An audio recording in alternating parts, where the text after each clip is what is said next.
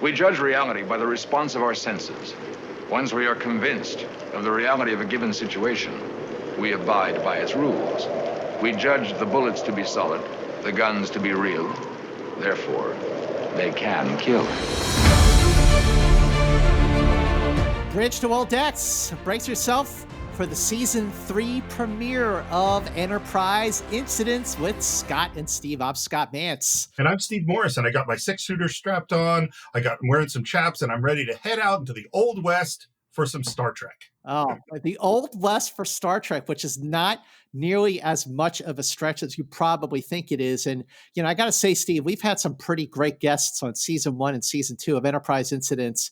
And to pressure to top that, to really deliver, to have a debut for season 3 that is worthy and really going to the next level for Enterprise Incidents, maybe even a greater level than Star Trek actually went, was a tall order, but I think we are delivering with our very special guest for our deep dive, if you haven't already figured it out, of Spectre of the Gun. Our special guest wrote the screenplay for the Sarek episode of Star Trek: The Next Generation. He actually has an affiliation with my other passion, the Beatles, because he wrote the film Desperately Seeking Paul McCartney. And I got to meet him after I saw that film, which was quite the joy. But the reason he is here is because he is the author of the epic 6-volume book series, These Are the Voyages.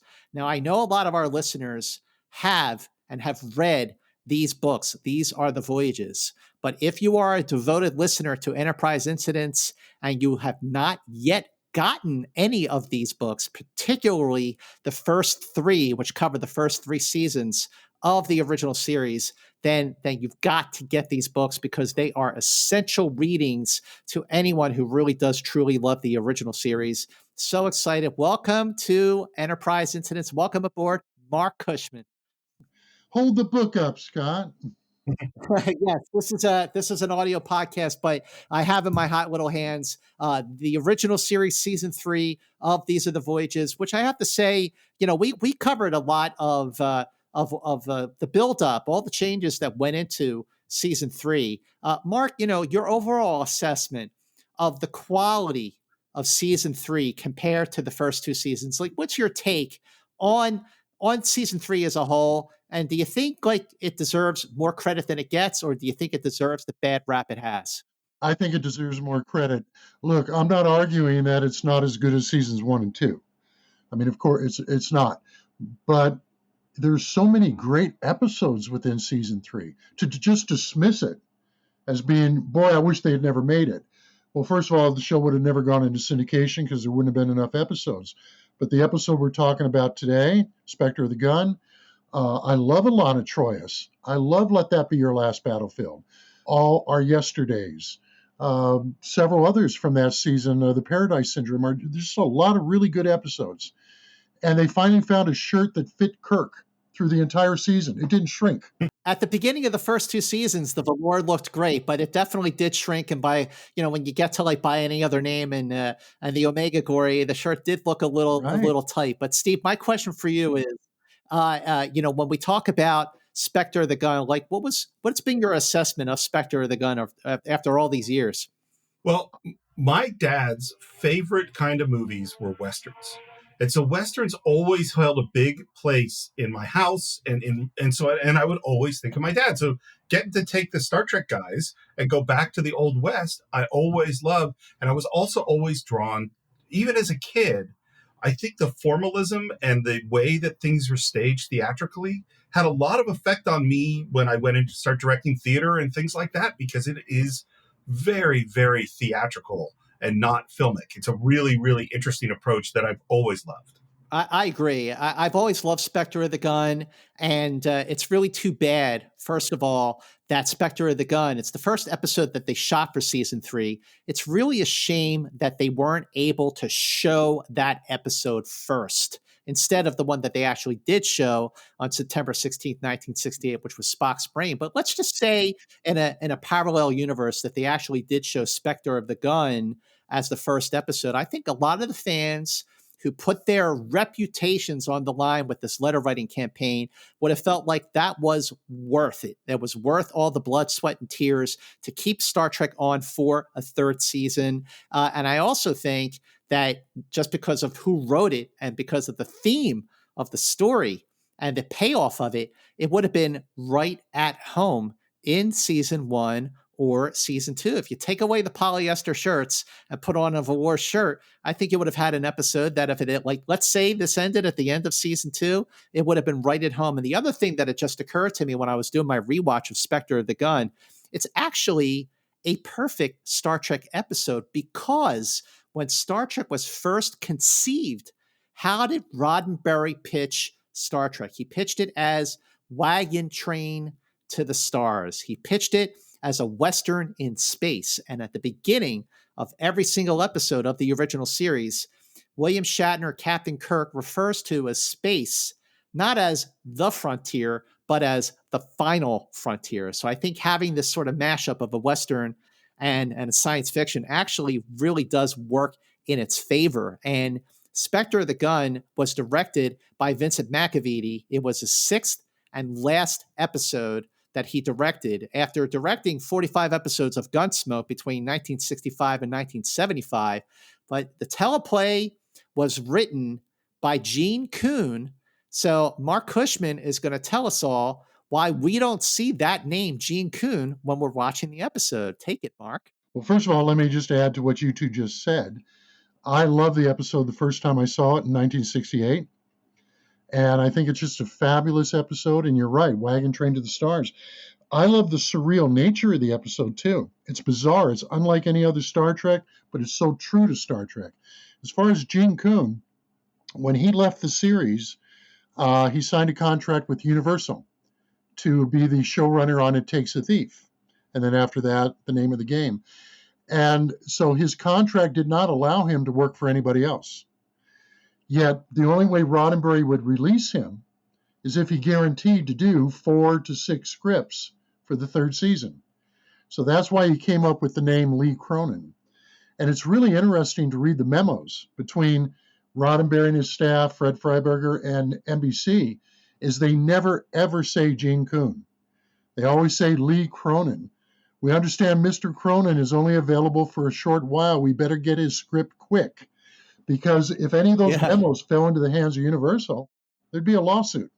So there was a real conspiracy between Paramount, Roddenberry, NBC to protect the good name of Gene L. Coon. Wow, that's but you know, it just goes to show you that even though Gene Coon left him, whether it was because he had a falling out with Roddenberry, because Coon had taken the show into a more humorous nature, or because he truly was burned out, which is quite probable given that here he is producing and writing now for It Takes a Thief, and he's still kind of squeezing in episodes of Star Trek. That maybe that burnout was true. But when he wrote his contract outline, it was called Execution 1872, and that was dated March 6th, 1968.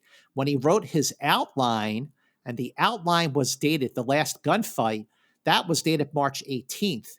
He went all the way to second draft teleplay by May 9th, and then new story editor Arthur Singer did a script polish on May 14th, and then new executive producer chosen by Roddenberry to now run Star Trek, he did revisions between May 16th and May 28th. But my other question for you, Mark, is where along the way did The Last Gunfight get changed to Spectre of the Gun? After it was shot. And it should be in there in my book. I think it tells you the actual date that they changed the title, which I got off of a memo. But it was after they finished shooting it. So yeah, up until that point, it was The Last Gunfight. Do you know why the change? I believe I do, because I interviewed Bob Justman among just about everybody else. And it was his idea to film it the way it was, because they couldn't go out on location. They had to do it on a stage because the budget had been cut so poorly, and they couldn't build an entire Western town. So it was his idea to use surrealistic images, a partial wall, a clock suspended into space, and everything else. And there's a line in the script when Spock is doing the Vulcan mind meld on them about they are merely specters in your mind. They cannot kill if you don't believe in them. I'm paraphrasing, but the word specter is used there. So after they started cutting the episode together and saw how eerie it looked and how surrealistic it was, it just seemed like the last gunfight didn't fit anymore. That had too much of a realistic tone, where Spectre the gun is like a dream. And that's what that episode looks like. It does look like a dream. Yeah, it really does. And in this case, the third season, when you look at the budget for the first season, which was $193,500 per episode, and now in the third season, the budget was slashed all the way down to $178,362 per episode. So not only was the budget cut, but you also have some bumps in the salaries of the main actors. So the budget was $178,362, and the total cost for Spectre of the Gun came out to $182,184, which brought it almost $4,000 over budget. The episode was filmed between May 21st and May 29th, 1968. It was shot in 7 days, so it went 1 day over schedule. The episode aired on October 25th, 1968. It was the 61st episode to air, October 25th, 1968, which was actually 1 day before the 87th anniversary of the real gunfight at the OK Corral. And the score for this episode is fantastic, scored by Jerry Fielding. It was his second score after scoring The Trouble with Tribbles. So that's two very unique scores. And he scored the episode on July 5th, 1968. It was the 57th episode to film, the first episode filmed for season 3, 61st to air. Would you like to know a little bit about what was going on in the world at the time this was filmed? Shoot, Steve. So when we last left our heroes, it was early January of 1968, and this was filmed in late May. And I just wanted to do the briefest of catch-ups because there's so much that happened in the world in the next 5 months. It is literally world-changing events. The first of which in January is the Tet Offensive, which we've been talking about is going to come. And this was obviously a huge sea change in the Vietnam War. And what's interesting about it is really militarily, it was a loss for the North Vietnamese, but morally, it was really a loss for the South and for the United States because it made everyone realize, oh, this isn't going to be over anytime soon. And to reinforce that, in February, Walter Cronkite goes to Vietnam. He hosts a 30-minute special. And during this special, he says, it seems now more certain than ever that the bloody experience of Vietnam is to end in a stalemate. When Lyndon Johnson saw that, he said, if I've lost Cronkite, I've lost the American people. Yeah, that's right. I remember that. Huge, huge changes. A few weeks later, in March, Robert F. Kennedy announces his candidacy for president, which is a huge big deal because we're running against an incumbent president. Also in March, and this is not important at all, but Mel Brooks' The Producers was released. And the only reason I bring this up is I literally just listened to Mel Brooks' autobiography read by Mel Brooks.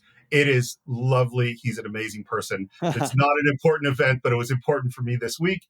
And then on March 31st, and this is unheard of, Lyndon Baines Johnson announces he will not seek re-election, which suddenly thrusts Robert Kennedy to the forerunner of the Democratic Party.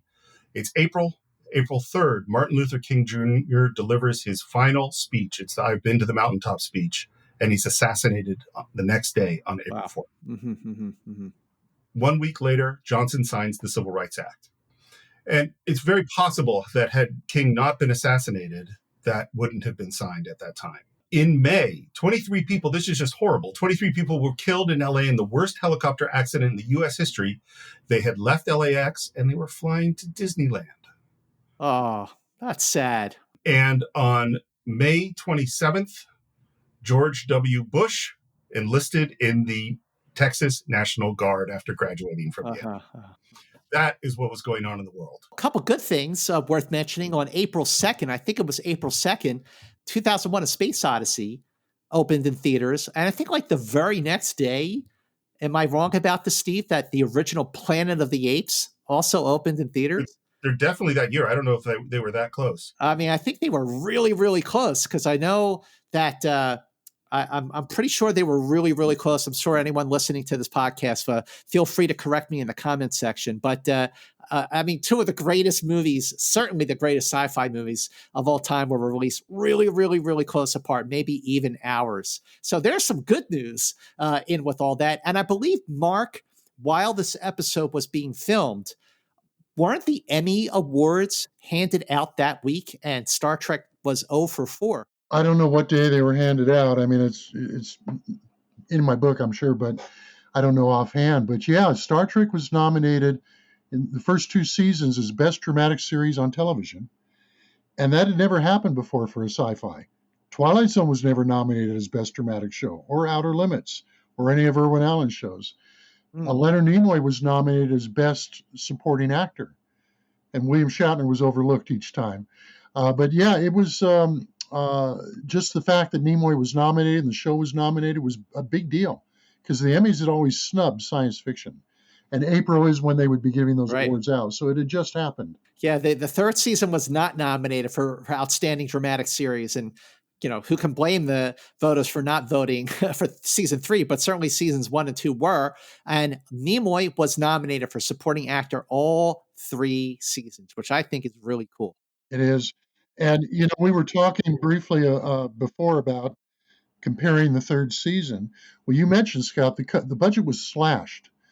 And Paramount had mandated that they could only spend 5.5 days shooting each episode, which means halfway into the 5th day, or the 6th day, you would switch over to the next episode you were going to film. So that's why when you look at some of the third season episodes, you may say, well, Shatner's performance isn't as good, or this isn't as good. You didn't get very many takes. It was you got one take and we're moving on. And so that's why the refinement of the show wasn't quite as good. The money for building sets wasn't there. The big guest stars weren't as numerous during that season as well, just because of the budget cuts. But this is an episode where the budget cuts actually benefited it. Because if they had gone out and shot this on the streets of Dodge City, you know, where Gunsmoke was filmed, or anywhere else like that, it wouldn't have been anything like it is. It was that brilliant idea of making everything half images, incomplete, fragmented images, because they were drawing on Kirk's memory. And he had never been there in the Old West. You know, he had only heard about it and read about it. So I think that is one of the assets of the episode. So here's a case where budget actually helped. Would you like to get into Spectre of the Gun? Let's do it. So we start off in the teaser right in the middle of something exciting going on. It's a red alert, phaser cruiser standing by, and there's this thing floating out in space, which it looks like changed quite a bit between the original effects and the remastered special effects. I think Spectre of the Gun's an episode where I actually prefer the original effects. I think they work really, really well. But you're right, Steve. I mean, like, let's say, again, that this was the first episode of season 3 that the fans were seeing, and there's a red alert going on, and you've got this great score going on by Jerry Fielding, and Spock is looking into a science station, and you hear him say fascinating. Like, there's a lot going on already. Like, I'm already in to Spectre of the Gun, and I have no idea where this episode's going to go. And this thing out there in space is staying with them. We don't know if it's going to attack or communicate. They change their course. It stays in front of them. And then we hear in a deep voice, "Aliens, you have encroached on the space of the Melkor. You will turn back immediately. This is the only warning you will receive." That is Jimmy Doohan's voice. He's the voice of the Melkotian buoy. And one thing that's already different, noticing from season 3 compared to even towards the end of season 2, is that the relationship between Kirk and Spock isn't as chummy as it was throughout season 2. And a lot of that reason is because not only did Roddenberry sort of want to take that back, but you have this new executive producer in charge of season 3. What was Fred Freiburger like? And do you think that he actually, in spite of everything, was actually a good producer for Star Trek? No, I think he was a good producer. Look, he got Wild Wild West up and running. He was the one who brought together the elements of science fiction, Western, James Bond, and made it work, where a couple other producers had failed before him. So you got to give him his due. But he didn't, I don't think he quite got Star Trek as much as he should have, not as much as Gene Coon did. But that didn't make him a bad producer. The main problem was the budget, the shortened shooting schedules, and the fact that Roddenberry kind of separated himself from the show. Not right away, not at this point, but several episodes in. But despite that, Scott, you had mentioned before about Arthur Singer and Fred Freiburger both rewriting the script. The characters always sound like the characters. And if you read the first draft scripts or the second draft scripts that the freelancers wrote, they don't. So Freiburger was catching, or Freiburger was catching the voices very well. And he and Arthur Singer were polishing it to make it sound like Star Trek and keep the characters consistent. That is an immense talent. And bringing a show in on budget when the budget's been slashed is an immense talent. So that's where he deserves some credit. And I don't think he's ever gotten it. It's a shame. But no, if Gene Coon had been there, or if Dorothy Fontana had been elevated to producer, I think it would have been gone a little smoother. But in this episode, nothing suffers. No, I agree. I mean, can you imagine if Dorothy Fontana was a producer and Gene Coon had stayed on? Anyway, Steve, take it away. Well, and the thing that happens is after we hear this voice, they don't look around at each other and say, man, that guy sounds a lot like Scotty. Instead, all of them look around and say, Vulcan, Captain. English. It was Russian, sir. Every word. No, Captain, it was Swahili. they all heard the voice in a different language. So Kirk immediately recognizes that they're using telepathy on the Enterprise crew. And this definitely triggers something in Spock. True telepaths can be most formidable, Captain, and we have been warned. Now, Steve, as you know, Spock has had first-hand experience with telepaths. Isn't that right? I was thinking about this a lot because, of course, from the very beginning of Star Trek with the Telosians, we had telepaths that could really mess with us. And he says this line. It's funny. I really like this episode, but there are all sorts of things in this episode that don't make sense. And this is one of them, which is he says this line, and then he's kind of going to forget it. Everyone's going to forget this until the fourth act of the show, you know? But yes, I absolutely am thinking about the Telosians and the cage at this moment. And that this is also an episode that leans in a little bit to A Taste of Armageddon, where they were under orders to establish diplomatic relations with the planet Amini R7, and now they are under orders to establish contact with the Melkotians, quote, at all costs. Now, why we are under those kinds of orders at all costs, we never really know. I mean, were starships lost in the area? Like, why is it so essential? That's what I don't get. Well, it goes beyond that. I think this makes no sense at all. The Melkotians have never gone out and had any, we say, has there been any other contacts? And they go, no, there's never been another contact. I don't think a ship has gone in because the Melkotians have said, stay away. So why are we suddenly deciding that these people that we've never met, we must make a contact with them at all costs, which also seems totally against the Prime Directive and it doesn't make any sense. Yeah, I agree. And what I'm going to do in a minute or two, when I don't need to speak, is I'm going to glance in the first draft of the script and see if there's anything in the teaser about that, any explanation that's given. Because one piece of information that was taken out is the reason that the Melkotians didn't want us to come near them. And that reason was they had been monitoring our television signals for hundreds of years. And in fact, the signals that they were receiving were they were receiving stuff that was being broadcast in the 1960s. So all the violence on American TV, all the madness, all the wars like Vietnam, but just even watch the Westerns. I mean, we killed the population of the United States 10 times over in the Western series that were airing during that time. So the Melkotians had been watching this. And that's why when the Enterprise came towards them, it was like, you go away, you are disease. Okay, we had to live up to our history. Right. And in Kirk's mind, that's why they also said it's going to be your history that's going to be your judgment. You know, our violent history. So they were well aware of it. Unfortunately, those lines in the script were taken out, I guess because of time constraints, not because it could have been censorship. I'll have to look at these memos from NBC. It's very possible NBC didn't want that in there because that's making criticism of the NBC television network and what they're broadcasting. Right. So that was taken out. So we missed that whole thing. And I'm going to take a peek here and see if I can come up with an answer for you guys on what the mission was as we proceed through the episode. That's a really interesting sci-fi idea that I think, and it's so funny because this episode kind of explores a bunch of stuff, but doesn't dig as deeply. And that's a whole interesting idea. Our reputation has preceded us, and now we have to overcome that. That is an excellent premise, and it's too bad that they didn't sort of keep that in there. That would have sort of answered a lot of the questions that we're now asking ourselves.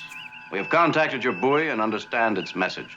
We hope that you will understand that our intent is to establish peaceful relations with you. And there's no answer. And he asks Spock for an opinion, who says, I prefer being a welcome guest, Captain, but there seems to be little choice. And Kirk says, none whatsoever. Like, why? Well, and this is, there's this, and we kind of said this before. I believe this makes no sense. And essentially, to enjoy the episode, we kind of just have to go, I guess. Let's go.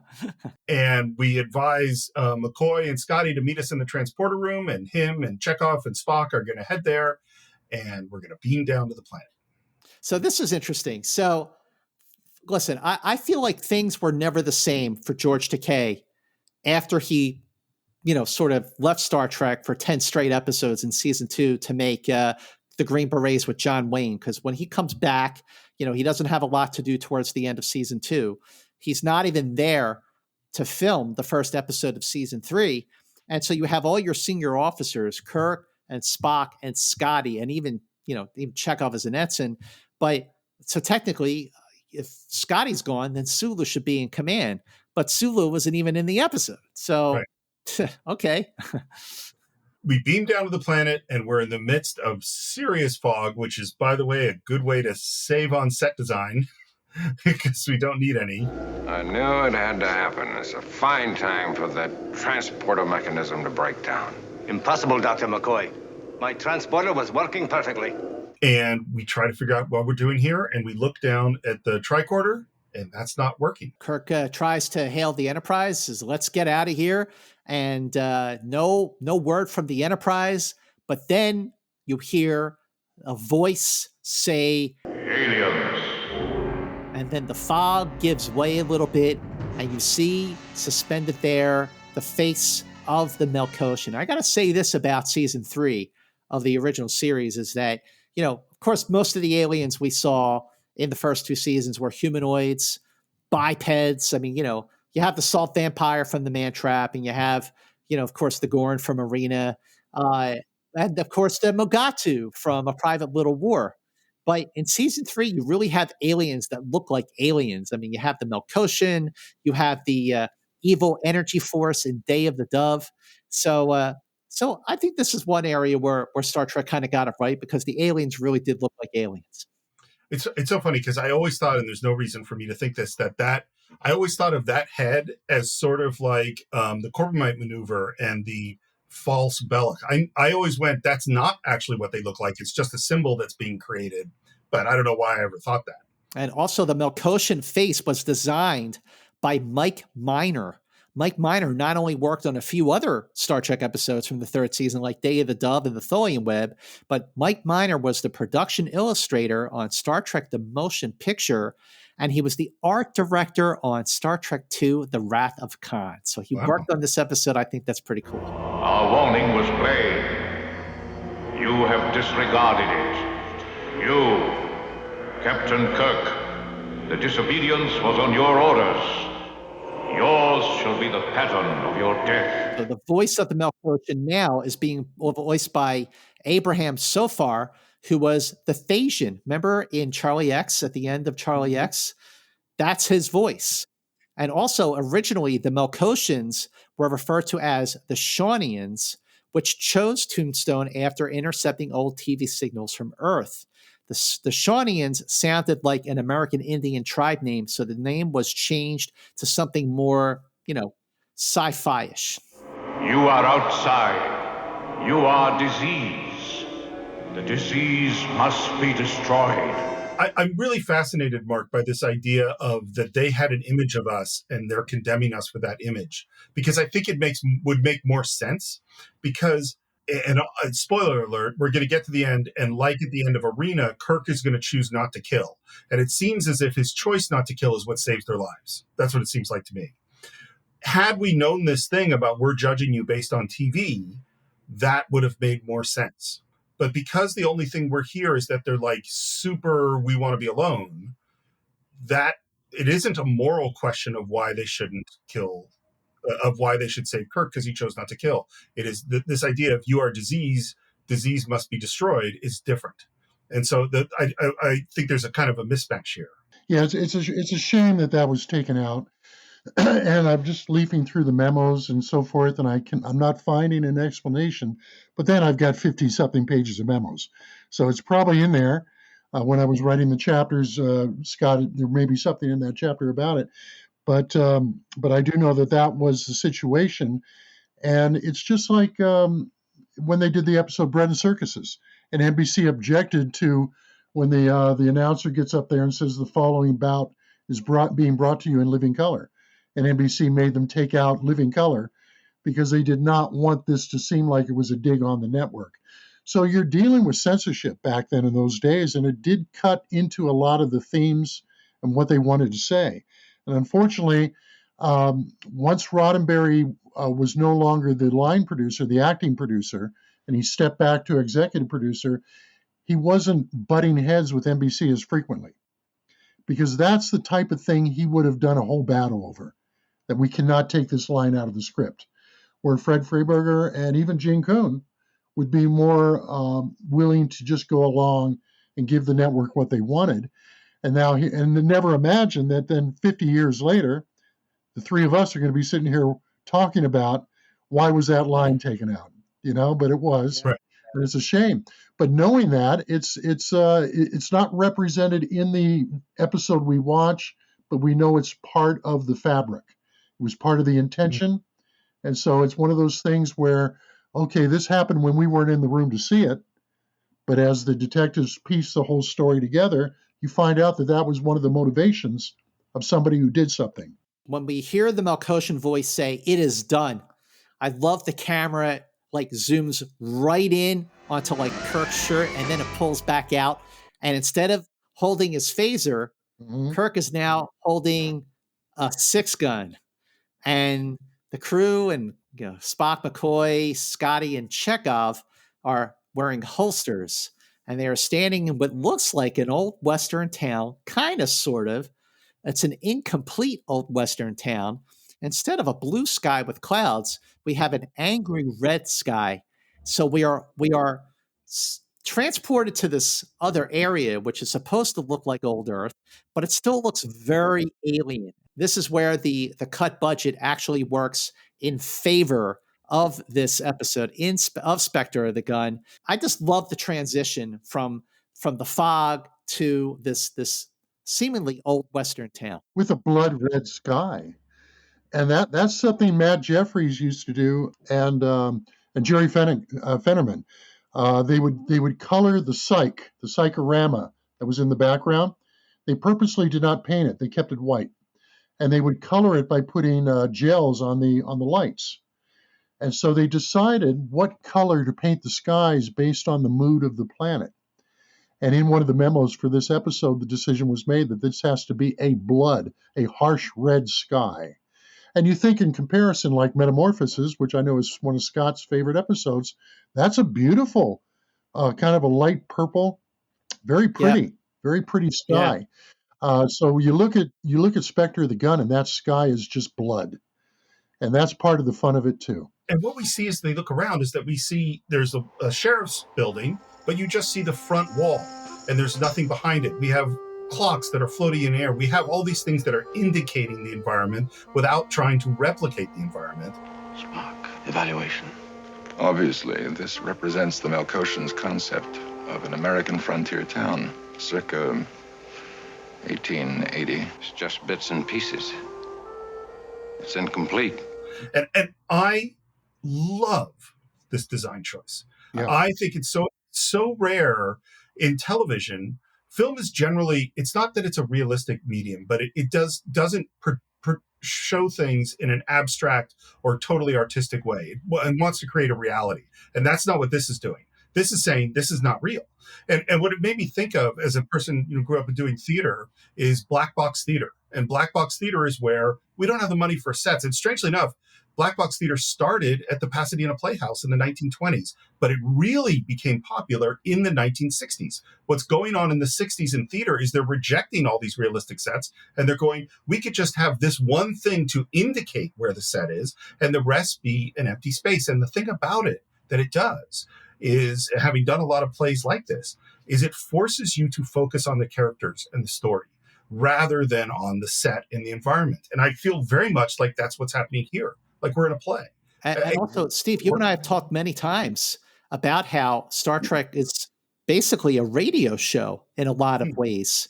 And this is a great example. I think we're going to see a lot of episodes in the third season where Star Trek works so well as a radio play because they're bottle shows. It feels like at many times throughout the third season that Kirk, Spock, McCoy, and Scotty, and Uhura, and Chekov, and Sulu are the only Starfleet officers on the Enterprise. But the thing about Spectre the Gun, in addition to everything that you just said, Steve, and I agree so much with everything you said, and rewatching Spectre of the Gun this time, fellas, really just made me appreciate it so much more because of everything we've been doing on Enterprise incidents, especially sort of tying it back to the cage and also tying it to Arena, because so the Melkotians in this episode are basically the Metrons from Arena. And the Melkotians, like the Metrons, are saying, hey, you've interfered and we're going to do something about this. And instead of banishing Kirk to an asteroid to fight the Gorn, they banish the landing party to a facade of Tombstone, Arizona.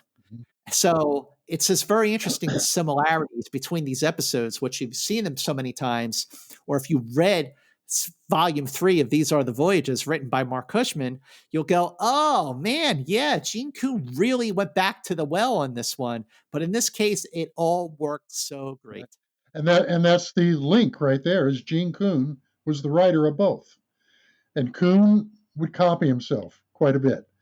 And there'd be memos in there from Dorothy Fontana, especially saying, Gene, Mr. Coon, not Roddenberry, Gene, we've done this before. And she would list the episodes where he had used a certain thing before.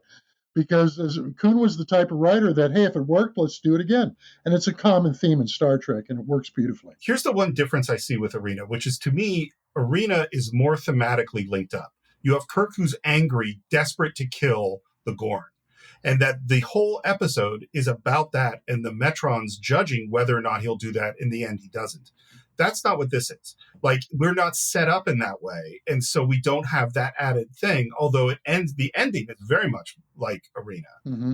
Well, in addition to Jerry Finnerman, who, Steve, you and I have talked so many things about the great Jerry Finnerman, who actually will leave Star Trek in a few episodes into season 3, but he's still there now. But someone who we haven't said enough about on Enterprise Incidents is Matt Jeffries, set designer Matt Jeffries, who designed all of the things that you really love about this episode, Steve. And Steve, by the way, before we go too much further, your comment about the stage, I had said earlier that this episode to me is like a dream. And one of the best realized versions of a dream, because, if I've had to write a few dream sequences for scripts I've done, and it's very difficult to capture the essence of a dream. You know it in the morning when you wake up, you can still see it, but then later on at the office and you're trying to write about it, you lose it. This one keeps that feeling because, like you said, Steve, on a bare stage, on a play, it's the people we notice. Well, if you think about your dreams, it's the people. You don't really see the backgrounds.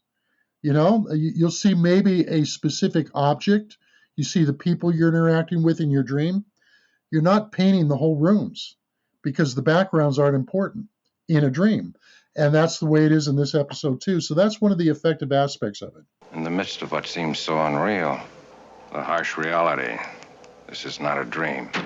And this is where I go, because you brought up the Telosians and the cage. This is where I go, no, did you forget that whole thing in Telosians was they could be manipulating all of this. And from the very beginning, they work on the assumption that all of this is real, which they shouldn't be. It's because, of course, it's not real, you know? Absolutely. And the fact that Spock is the first one and really the only one to say to the bridge crew in the teaser of this episode, crew telepaths can be very dangerous, and we have been warned. But Kirk wasn't there. I mean, Kirk sort of witnessed it when he was watching the flashbacks to the cage in the menagerie. But, McCoy was not there for Pike's voyage on the Enterprise to Talos 4. But DeForest Kelley did have 2 prior brushes with the OK Corral because he played Ike Clanton in an episode of You Are There, which was a CBS TV anthology series from 1955. And it was a presentation of Gunfight at the OK Corral. And then just 2 years later, he played Morgan Earp in the 1957 feature film Gunfight at the OK Corral, co-starring Kirk Douglas. And Burt Lancaster. And of course, that's what we find out right now, that it is October 26, 1881. They're in Tombstone, Arizona. He looked into your mind and selected what he considered the proper time and place for our punishment. Because my ancestors pioneered the American frontier. Which is another little piece of info about Kirk that we didn't know before. I love that. Yeah, that's great. The violence of your own heritage is to be the pattern for our execution. And then they still haven't figured out what October 26, 1881 is. And then we hear, Ike! And up walks the sheriff, who seems to know them all by name. Frank, Billy, Tom, Ike, I was afraid you weren't going to make it. Looks like we did. And that is Johnny Bean, played by Bill Zucker, who played a lot of Western TV shows back in the day, like Death Valley Days, The Virginian, and Gunsmoke. He was also on shows like The Untouchables, Lassie, The Fugitive, and Hawaii Five-0. And on the big screen, he was in movies like Hangar 18, which is a sort of a cult film I really love, and Ace Ventura, Pet Detective, and Naked Gun, 33 and a third. Wow, that's quite a career. And now they're going to have to fight after the way they shot off their mouths. You know us? And this guy just thinks that Ike is a barrel of laughs. Funny.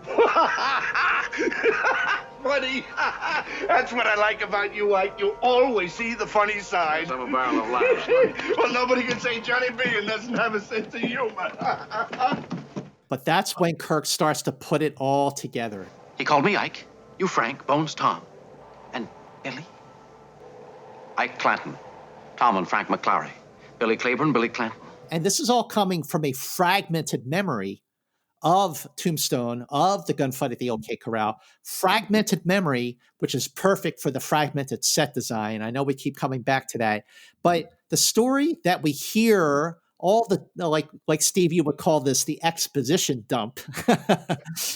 But is this really the true story of the OK Corral, the true story of the Earps and the Clantons? And Steve Morris, I have a feeling, knowing you did some little backstory, some history on the true story of the gunfight at the OK Corral. You know me so well, Scott. Yes, sir. I have done a little bit of research, not a ton. What's interesting to me is that the gunfight of the OK Corral was not a big thing that anybody knew about. Wyatt Earp, after the gunfight, had come to Hollywood and was actually part of making films, and he was a well-known lawman to some degree. But it wasn't until 1936 that there was a book written about Wyatt Earp, which was like Frontiersman of the West or something, that people started to hear about this idea of the gunfight at the OK Corral. And his version of it was the Earps are the good guys, and the Cowboys, which is the Clanton gang, were the bad guys. There's a lot of controversy about what actually was going on here. But his book is what led to what I would say is the best version of the gunfight of the OK Corral, which is John Ford's My Darling Clementine, and many, many, many versions of it after that. What's weird to me about this was really my first experience with the gunfight of the OK Corral. So it was framed for me that the Earps were the bad guys. But then if you watch most of the other versions, the Earps are the good guys. You know? That's right. If you watch the movie Tombstone, with Val Kilmer and Kurt Russell, the Earps are the good guys. Some other things about the actual true story, and Mark, maybe you can correct me if I'm wrong on this, but the gunfight didn't actually occur at the OK Corral, but it occurred right? Is that right? That occurred outside C.S. Fly's photographic studio, which was basically like an alley. And is that right? Right. Yes. Yeah. Which is a stone's throw from the OK Corral, but it's not as catchy. If you got to hang a title on something, you're going to say OK Corral.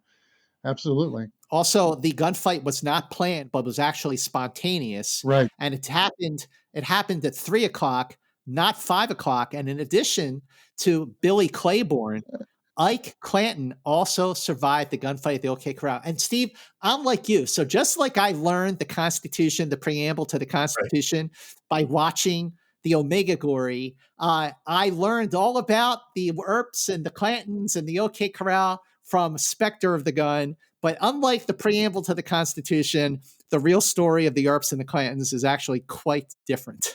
Well, in general, the power of fiction to tell us about our history is most people know more fiction history than they know real history, and frequently it's not that good. We're all guilty of the same thing.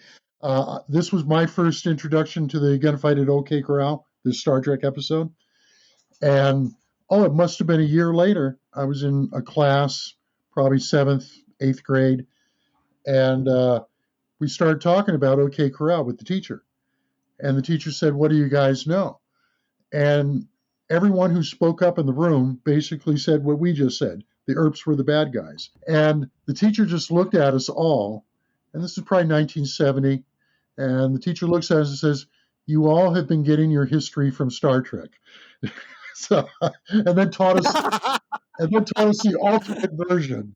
So I think there's a whole generation out there who got their history on this from Star Trek. I'll bet so many listeners of Enterprise Incidents have gotten their first brush with the OK Corral by watching Spectre of the Gun. And if you're listening right now, we would love to know if you too learned about the Earps and the Clantons from Spectre of the Gun before you heard about it anywhere else, or you saw the Tombstone movie, or you saw the Wyatt Earp movie with Kevin Costner. I mean, or even Gunfight at the OK Corral, co-starring DeForest Kelley. From what I've read, it sounds to me that the reality is they were all bad guys.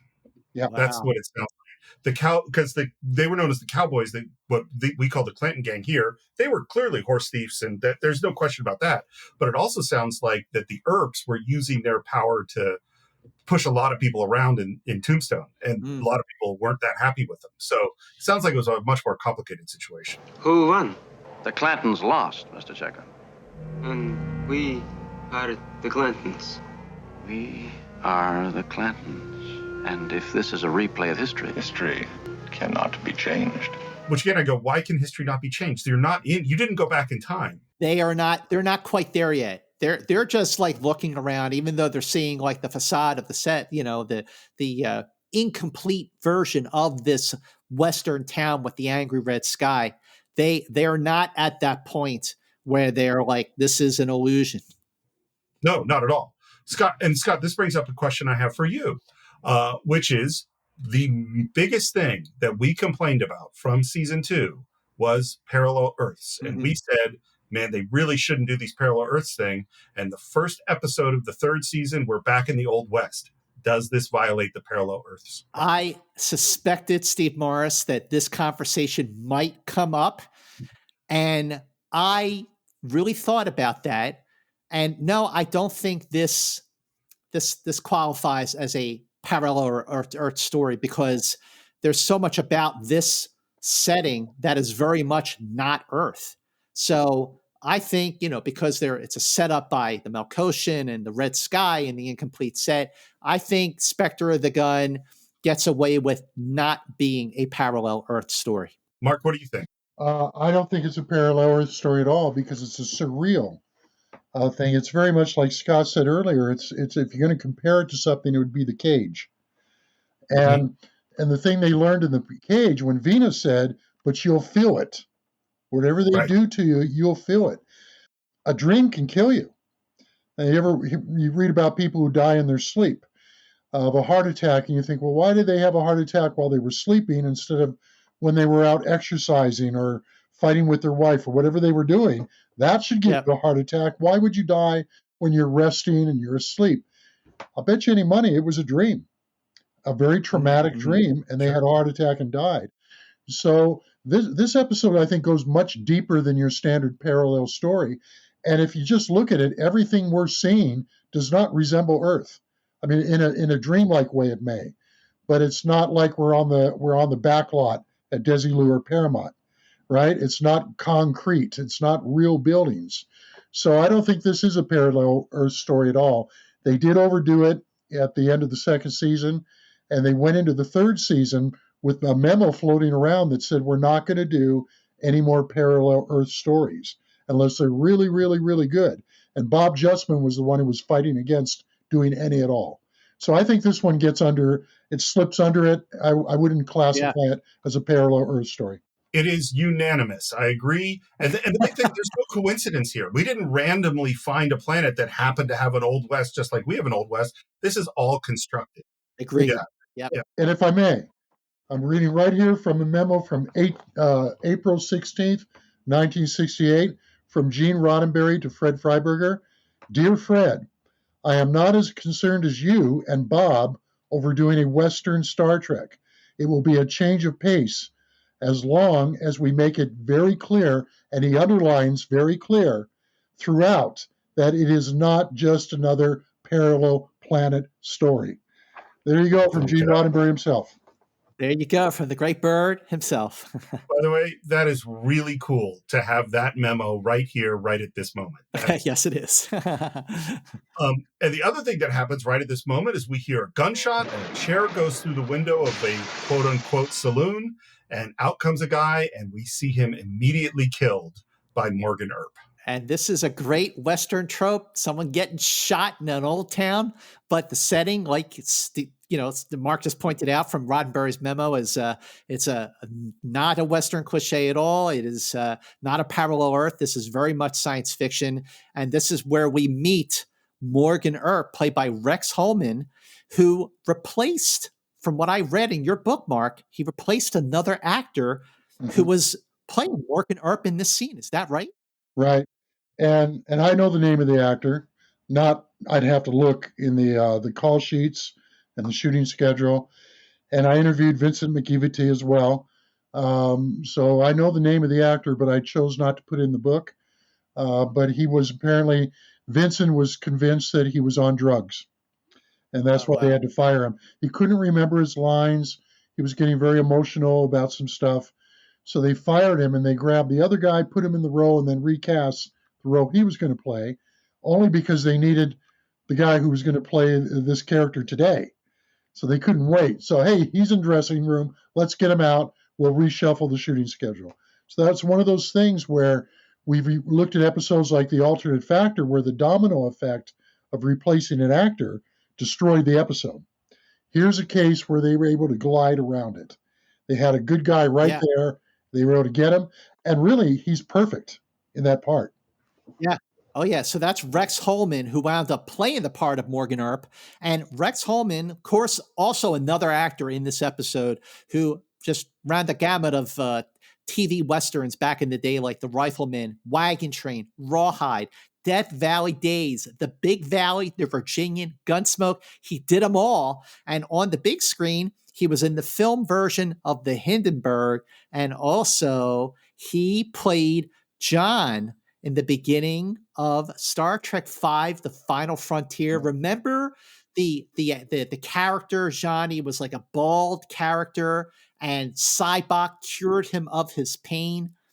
That actor was the same actor who played Morgan Earp in Spectre of the Gun. I know, I never knew that. No, Gene Roddenberry liked this actor.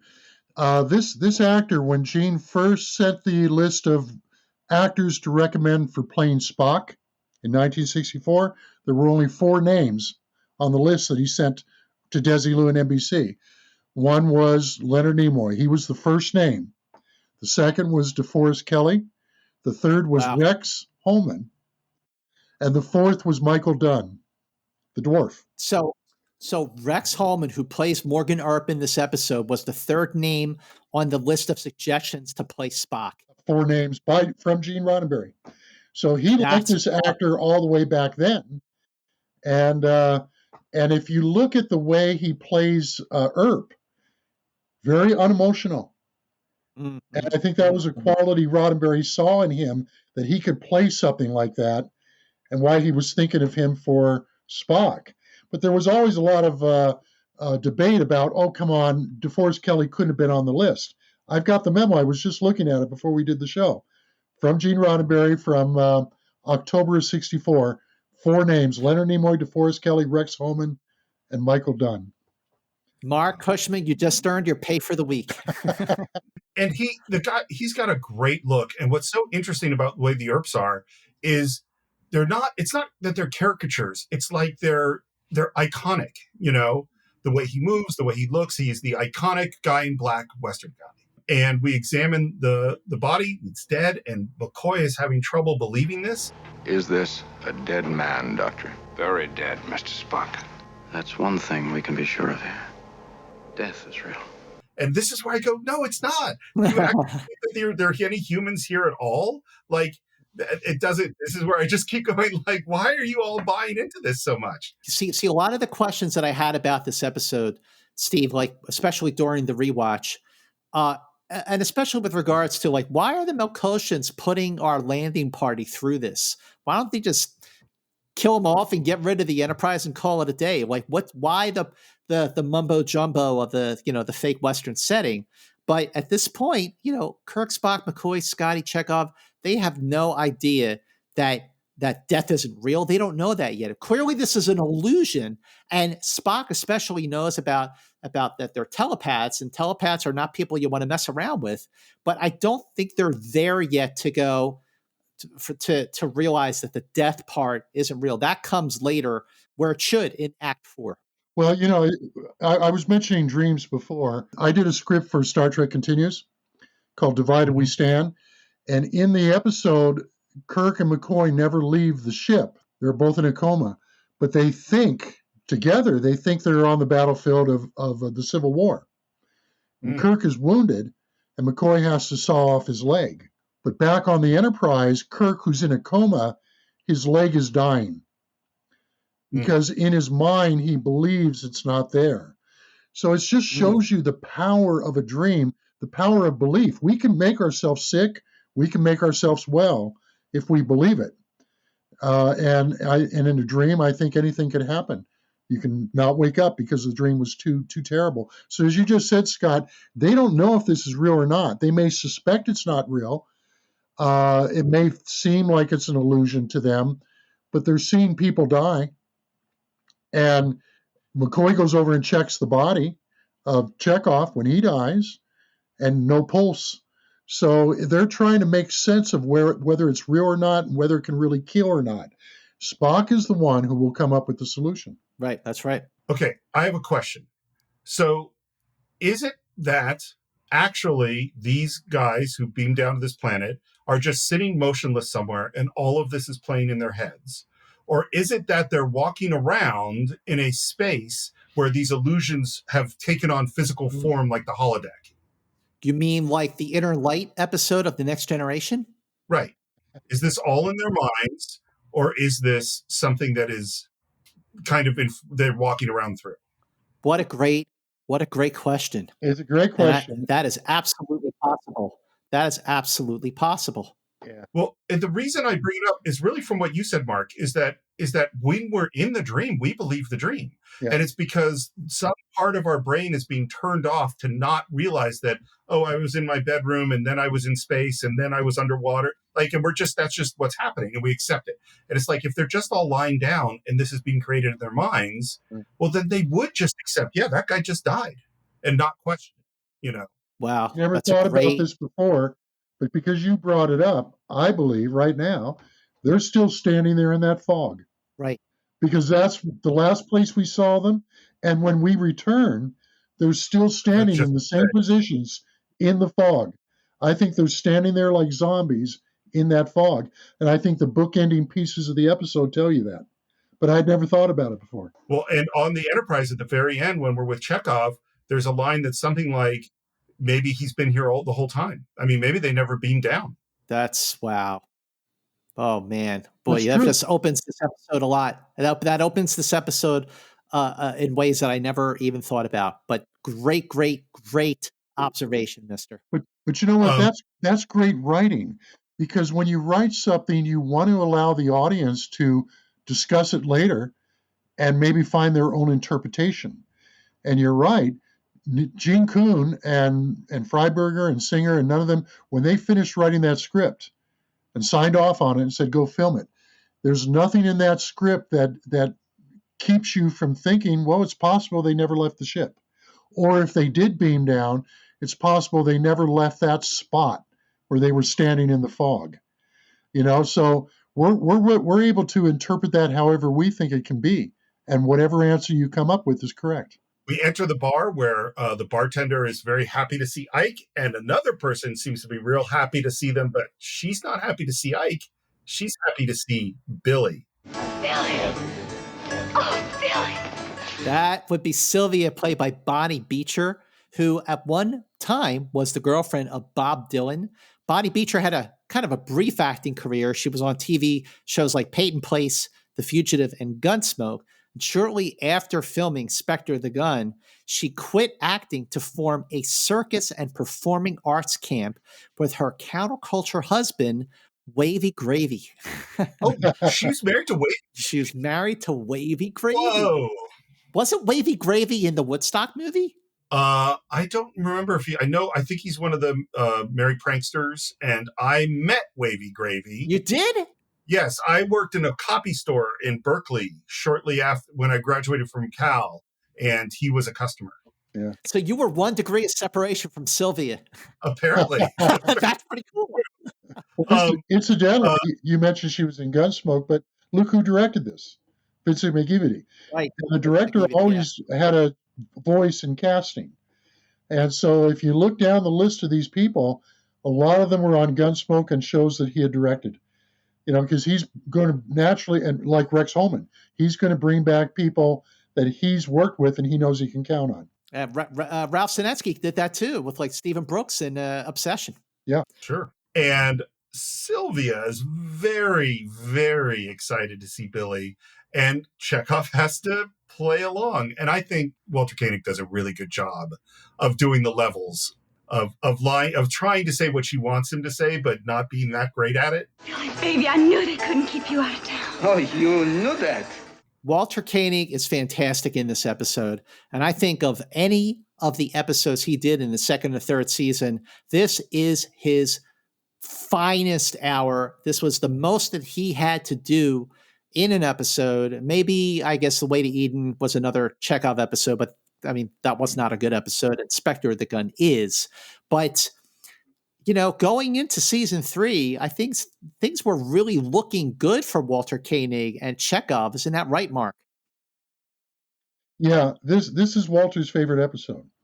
And he had a meeting with Roddenberry right before they started shooting, and Roddenberry said, and it's an interesting comment you made earlier, Scott, about George Takei never really quite recovered from leaving the show for 10 weeks, because that allowed the character of Chekov to get explored further. They realized how good he was, how much the audience liked him, the comedy potential of the character, and so forth. And so they never really kind of switched back to Sulu again after that. And so Walter was told he was going to have many, many more parts, important parts in episodes. But when they moved the show to 10 p.m., that kind of killed a lot of that, because you lost the young audience. But he loves his episode. I love him in Gamesters, and I know you had him on for Gamesters of Triskelion. But if he had to pick between the two, he'd tell you Spectre the Gun. Yeah, we know. Maybe you shouldn't have. And missed up an opportunity to see you. Don't be silly. It's taking crazy chances with Morgan Earp right in the same room. And that's where Kirk remembers that name, Morgan Earp. Yes, of course. The man who kills on sight. Morgan Earp. He stands up. Morgan stands up, turns around. Morgan clears his gun. And we know from watching Westerns what we're getting close to. Yeah, the draw. But Kirk does not know. I seriously suggest you reseat yourself immediately, without moving a muscle of either hand. If I remember correctly, that would involve you in what was called the fast draw. I think it's interesting that Spock knows more about Kirk's Earth history than Kirk does himself. Yeah. And that's just one of the things that makes the relationship between Kirk and Spock so great, is that there are things that Kirk is really great at, Steve, like you pointed out many times, the way he observes and picks things up. And there are things that obviously Spock is so great at because he's just the smartest person in the room. And Kirk opens up his hand and very slowly sits back down. And up comes the bartender who says, "You boys want your usual?" And I had to say, I am now comfortable saying that Montgomery Scott, who I love, is in fact an alcoholic. Absolutely. Half a gallon of scotch. You know we ain't got nothing but bourbon, unless you want corn whiskey. The bartender is played by Charles Steele, who played a bartender on a TV show called Tombstone Territory. He was on TV shows like Dennis the Menace, Mr. Novak, F Troop, and of course, Bonanza, The Virginian, and Gunsmoke. And on the big screen, Steve, he was on The Man Who Shot Liberty Valance and Westworld. Oh, those are two very different kind of Westerns. Mm-hmm. You'll dirty yourself with this scum. Come on. Get your hand off her. And it looks like we're about to have a gunfight with Billy, with Chekov and Morgan. But Kirk settles things down. Now, we don't want any trouble. If you don't want any trouble, what are you doing in my town? And he looks around, and of course, Earp is outnumbered. 5 of you. You'd like me to draw, wouldn't you? All right. I will. Soon enough. Backs away soon enough. That was a close one. Lucky there wasn't 2 of them. There's a really weird line where the bartender says, "You boys watch it." And Spock says, "I assure you, sir, we shall watch it. And everything. Extremely closely." I like that look that Ed gives back to Spock, like, okay. Do you think, as Sylvia is paying all of her attention to Chekov, that Kirk might be a little bit jealous? You know, he sort of is acting a little like something is there. There's a look. But I feel like whenever another woman on this show pays attention to somebody else, Kirk gets a little, like his ego is bruised a little. Remember in Space Seed, when Kirk was talking to McCoy about Marla MacGyver's, her attention, she was paying attention to Khan. And he says, you think, she's drawn to him. And McCoy says, well, there's no law against romance, Jim. I think he does get a little, like, his ego is bruised because he's so used to getting the girl. And he kind of tries to interrupt Chekov, who's getting all this affection. And Chekov says, "What can I do, Captain? We're always supposed to maintain good relations with the natives." And also, I will say that the paternal relationship that Kirk had over Chekov, which we sort of established in Who Mourns for Adonais, I think we're seeing more of that here. Kirk is being really paternal to Chekov. He's this feels like there's a paternal relationship there that I always liked between those two characters. Well, and I think from the moment Sylvia shows up, Walter Koenig plays all this great. He's going to be a crew member, but most of his attention is on the girl. And then Kirk goes up to the bartender to try to convince him that he is not Ike Clanton by talking about his voice, his clothes. And the longer he talks, the funnier the bartender thinks this is. Yeah, but Ed really starts to lose it. We're not really here. We're from the future. We haven't been born yet. We cut to another half building, which says Wyatt Earp, Town Marshal. Which, by the way, Virgil was the town marshal. Wyatt was not the town marshal. That's right. Good morning, gentlemen. My name is James Kirk, and I'm afraid there's been some sort of misunderstanding. So you have Wyatt Earp is played by Ron Sobel, who was on shows, of course, Wagon Train, Bonanza, Rawhide, Death Valley Days, The Virginian. On the big screen, he was in The Cincinnati Kid, True Grit, and Papillon. And then there's Charles Maxwell, who plays Virgil Earp, who was on TV shows like The Cisco Kid, Science Fiction Theater, Sea Hunt, Rawhide, and he was the radio announcer on Gilligan's Island. Oh. Remember that little transistor radio that never seemed to run out of battery juice? He was the radio announcer on that little transistor radio that they had. I've not watched an episode of Gilligan's Island in at least 30 years or more. I think I've made the right choice. I think so too. Well, I'm glad to meet you, Mr. Kirk. Virgil Earp punches Kirk in the face, and the actor who plays him, Charles Maxwell, I think he's great as Virgil Earp. He's the only one of the Earps who seems to have a little bit more than sort of this like deadpan, ghost-like, monotone kind of emotion. I like this guy. Well, and I love that Kirk takes the first punch and then immediately puts him in an armbar, and it's like real clear that Kirk could outfight Virgil in just a hand-to-hand fight. 5 o'clock, Clanton. Is that clear? If you're in town at 5:01, we'll kill every one of you, whether you draw or not. And that is the end of Act 1. We're back in Act 2. Kirk is touching his mouth for where he got punched. Bones is cleaning him up, and it obviously hurts. Yeah. Morgan will kill you because he wants me. With his outdated weapon. If he shoots at me, I will just step out of the way. You can joke about it. I've seen him in action. A lot of people and things have tried to kill me. You'd be surprised. Walter is so good in this episode, and his chemistry with Bonnie Beecher is really, really good. And it's a shame that this is sort of like, the peak. Instead of being like the beginning of a whole new season for Chekov, this was the peak of his character. At least up until The Wrath of Khan, when he was, certainly had a major role in that film. Where are we going, Captain? To exercise the better part of valor. We're at the city limits, and we try to leave the city and get hit by a force field.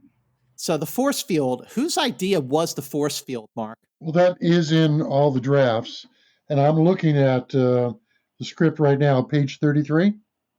Yep. And what we see on the screen is just the beginning of the scene, where they touch it, and you see that flare, and they start kind of feeling their way around, and they realize that they're all covered by a force field. But here's what we don't see. And they filmed this. They had a stuntman out there and everything else, but they cut it out because the episode was running long. So if I may. Please. Yeah. They feel along the invisible wall. It is endless. One of them says, well, that answers that question, force field. They look up as a rider approaches from the town and waves cheerfully at them. The rider says, hi, Ike. Hi, boys. Good luck tonight. The rider passes through the invisible wall and rides away. Our people stare after him, frustrated. Kirk gets an idea. He looks around, spots a horse tied up nearby. He crosses to the horse and he mounts.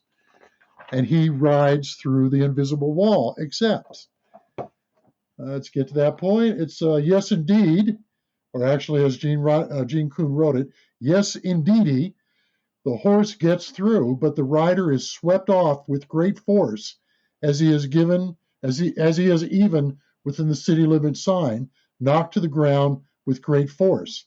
Another angle as Scotty, McCoy, Spock, and Chekov dash up to their downed captain, who's having some difficulty getting his wind back. So basically what happened was Kirk got on a horse thinking he was going to ride through the force field. The horse got through, but Kirk did not. So you're telling us that they actually filmed the scene. Yes. They got a horse. They got a horse onto stage, stage 10? Yeah, they brought it on stage 10.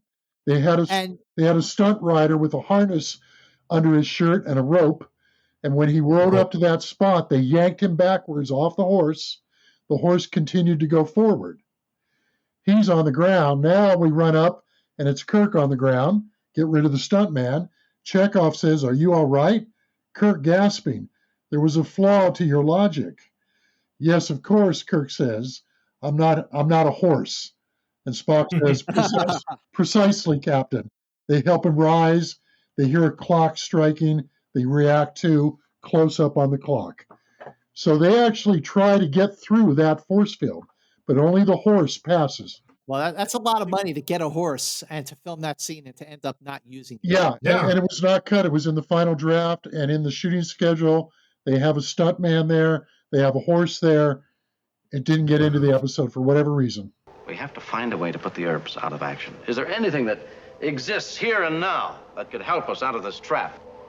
All those Western Cossacks had were poisonous snakes and cactus plants. And that gives Kirk the idea to ask Bones if there's something he can make. And Bones says, "A tranquilizer. Of course, Jim, I can make a tranquilizer." I could make a device to deliver it on target. First, Bones, the ingredients you require.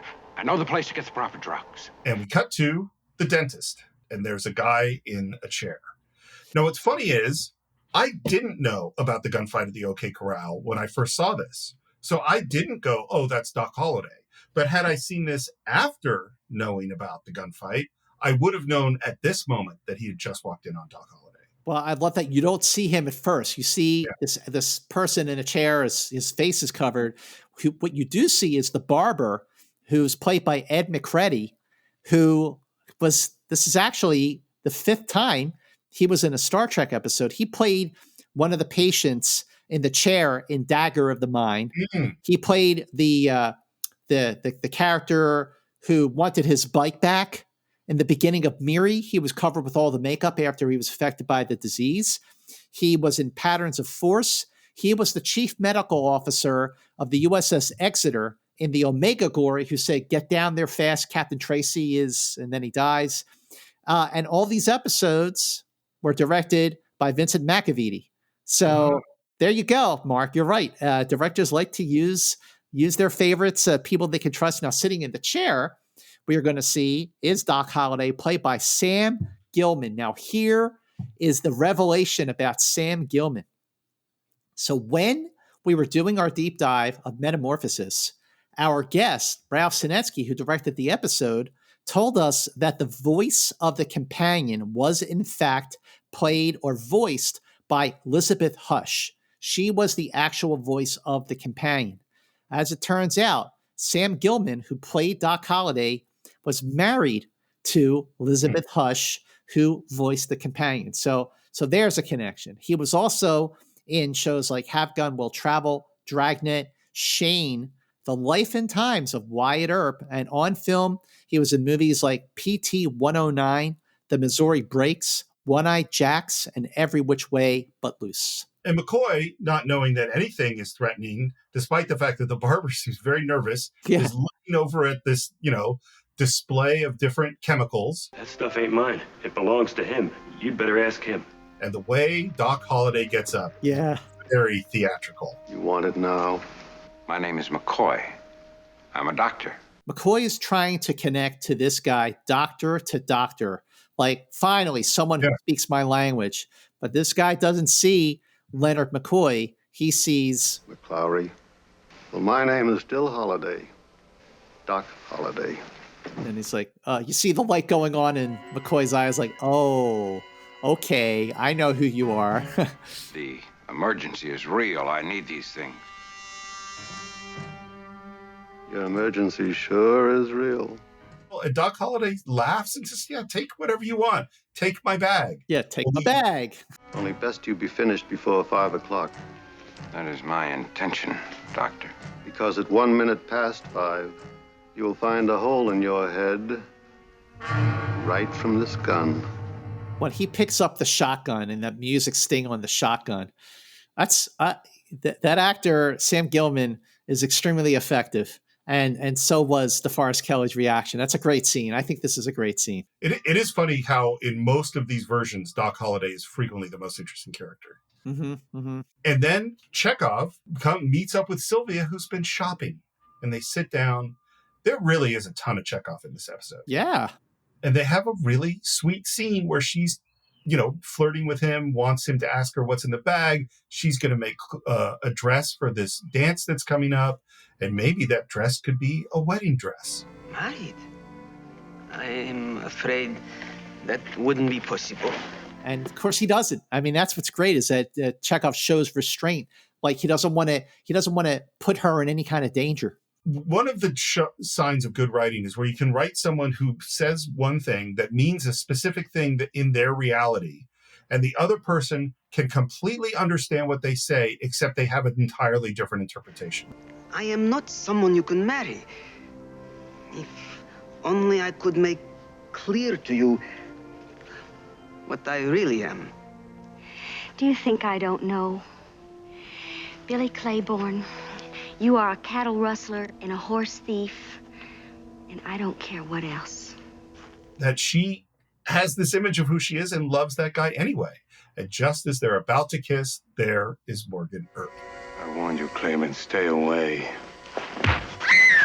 And Chekov is, he's got the bloody nose. This is really a dramatic scene.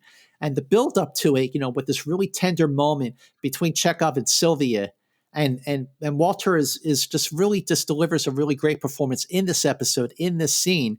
And now you're building up to this big conflict between Morgan and Chekov, and Chekov is standing there like with his arms to his side, like looking like he's gonna draw, but he doesn't.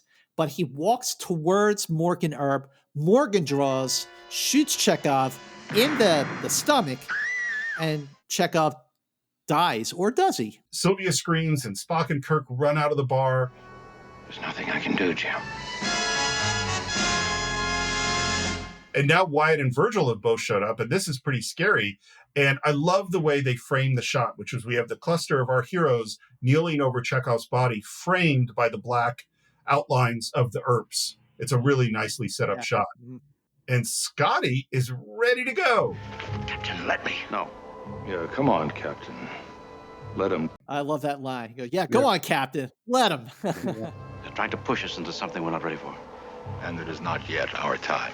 By the way, is Scotty's hair different in season 3? Yes, it is. It was combed back for the first few episodes of season 3. Mark, do you have any background into why Jimmy Doohan's hairstyle changed twice in season 3? They didn't like the hairdo he had in the first 2 years, especially second season, where he was greasing it down, kind of the greasy bangs. Yep. So they wanted to get him a new haircut. And they tried that out for about, I think the first 8 episodes. And then Roddenberry sent him to a very expensive barber to get the haircut that we first saw in the episode, The Empath. And that's what he kept through the rest of the season. So, that comb back look didn't work too well for him. It made him look a little harsh. He didn't look because they used Scotty for a lot of comic relief.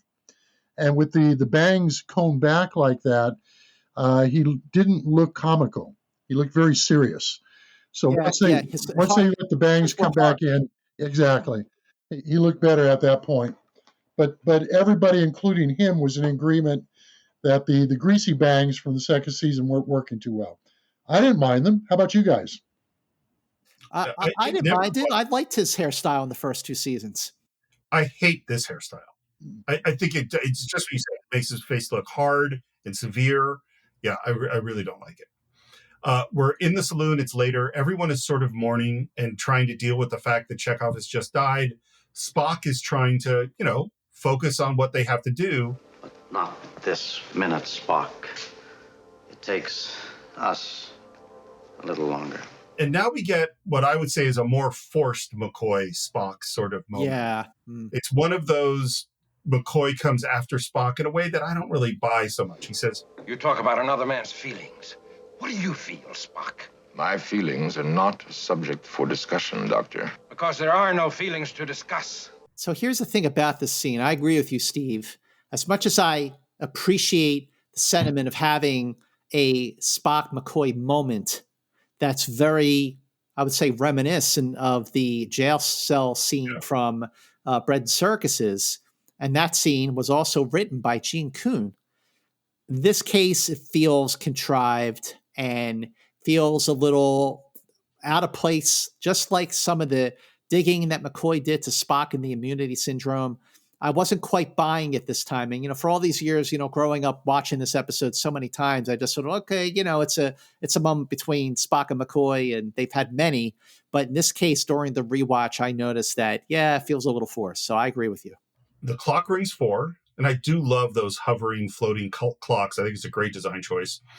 And then Spock starts to go over the historical events. And he says, each of us represents a member of the Clanton game. He lists all the names. Then Mr. Chekov would be the other Billy, would he not? William Claiborne, that's right. But did not William Claiborne survive the battle at the OK Corral? And that music sting and that look on Kirk's face, that aha moment, that epiphany. And by the way, Eichmann also survived. But this is the midpoint of this episode where the tide starts to change. It totally is, but there is a thing of like, look, I understand we're going to play fast and loose with history, but if the beat of this moment is I remember the exact fact of history, and that is going to change our plan, and that exact fact is wrong, that's weak writing. Yeah, you should have got something else. Bones, how's the tranquilizer coming? I'll have it ready before Spock. Spock? Another hour. Well, it can't be another hour. It's already after 4. If it's another hour, that's too late. Negotiating with them could buy us more time, Captain. But not with the Earps. I've tried that. That's out. It almost feels like those lines should have come before Kirk's realization that it doesn't have to happen like it just happened, because they're still thinking that everything has to play that way with the whole gas bomb and everything else. It almost feels like some of these lines of dialogue should have been moved. And if the script had maybe been rewritten one more time, perhaps they would have. But they're all great lines regardless. The logic may be a little thin in some areas. But, like Scott, you were just talking about, both of you were saying that the scene between McCoy and Spock felt a little forced. I agree with you. But I also remember liking the fact that when McCoy said, "You of all people should care you work so closely with Chekov." And that's kind of a nod back to some of the early Chekov episodes where he was learning from Spock. And there was one episode where Kirk even said, "That boy's spending too much time around Spock," right? Yeah. And so it kind of, it was a nod back to that early part of the relationship. I like that part, but you're right. I think this part of the script could have used another polish, if nothing else. Yep. By the way, in all the drafts of the script except the last one, they administered the tranquilizer by dart, not by a gas bomb. And here's the NBC memo. He's showing it up. Yep, So, for all May you people 13th, listening. 1968, that says, "Please find some other way to test the tranquilizing solution, as throwing the dart needle across the room into Scotty's extended buttock is not acceptable." In the script, Scotty had kind of leaned over the bar, taken a drink, and kind of stuck his butt out a little bit, and they threw a dart at his rear end to try to knock him out. NBC said, "You're not going to do that." And they even gave a reason.